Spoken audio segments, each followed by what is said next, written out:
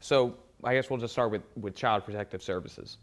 So you demanded that you wanted immediate action to make sure all the children in Texas were seen and were safe.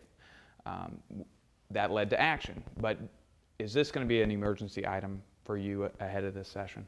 It's already been an emergency for me. I took emergency action in the last 30 days for one simple reason. Our children are a priority. And I said, no more will we allow our children to be put in harm's way. So I was able to get $150 million more, adding 800 more employees, providing new strategies to take children out of harm's way and put them into a safe place. This is something that required immediate action. And this comes on the heels of putting in a new director of Child Protective Services so that we can overhaul what was a dysfunctional system. Now, advocates would say this was kind of just the emergency. We need to stop the bleeding on this thing now. What else would you like to see done in the future? We took a first step. There will be more steps that we take during the session to continue this. We will find out the full extent to which we do need to provide more funding, because we don't want to just paste over the problem. We want to truly solve the problem. But it's more than money. It's using the right strategies to make sure that our children are kept as safe as possible. You know, and you get to pick the emergency items at the beginning of the session. Do you think this will be one, or? Well, I'm going through the process now of deciding what the emergency items will be. I will not break news today. We will announce in January what the emergency items will be. Next topic, this would-be bathroom bill, whatever that is going to be. I just read this morning that you're not 100% committed to that this is something that Texas needs. What are some of the questions that you still have? Well, what I am committed to is addressing the concerns of our fellow Texans. Our fellow Texans are very concerned about this. I mean, it's discomforting that a man will go into a woman's restroom. That needs to be fixed. That needs to be addressed. And we need to remember what gave rise to this in the first place. For years, we were able to have a situation where there was no problem.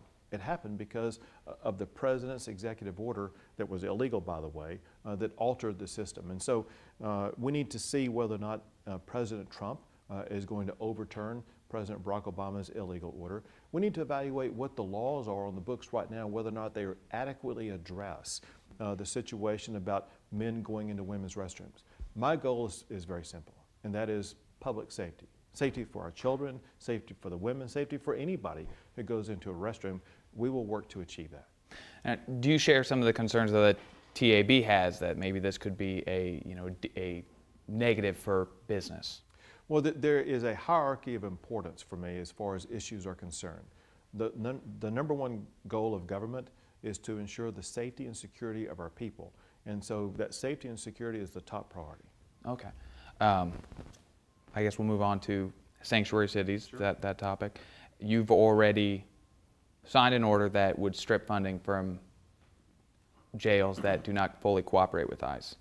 Does it need to stop there? Is that good enough, or what else would you like to see?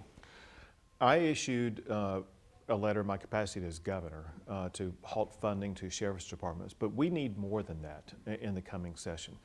We need to have a formal law on this issue that bans sanctuary cities, sanctuary campuses, or any sanctuary policy whatsoever. We need to understand that we live in a nation that is a rule of law nation, and everybody, every governmental entity, every city, every campus is expected to follow the law. Would it be kind of a preemptive measure, or are there examples of this happening already? There was the appearance of this happening from the Dallas County Sheriff, but she ratcheted it back to ensure that they were in compliance with the federal ICE detainers. The newly elected sheriff in Travis County has said that she may not comply with the ICE detainer requirement, and so this would compel the Travis County Sheriff to comply with the ICE detainer requirement. Would it expand to police departments? I know that was kind of the issue 2 sessions ago that drew a lot of controversy. Would you like to see that as well? It has to expand to every governmental body, whether it be sheriff or police or public university, whatever the case may be. In the state of Texas, if you are a governmental entity, you are expected to follow the federal law. Still time for 2 more. 2 more? Let's go school finance. The House says that they are open to more money. Do you share that more money, more funding per student is needed for school finance in Texas? Well, we need to address school finance comprehensively, and I view it strategically as opposed to just throwing more money at the problem. We need to be strategic about how we are going to spend that money. But another thing about school finance that needs to be addressed is this whole Robin Hood situation, what's known as recapture. And so there are several different issues that we need to look at in the session. You think that Robin Hood is a bad idea? I think Robin Hood is a bad idea, and I think we need to come up with strategies that work toward reducing and eliminating Robin Hood.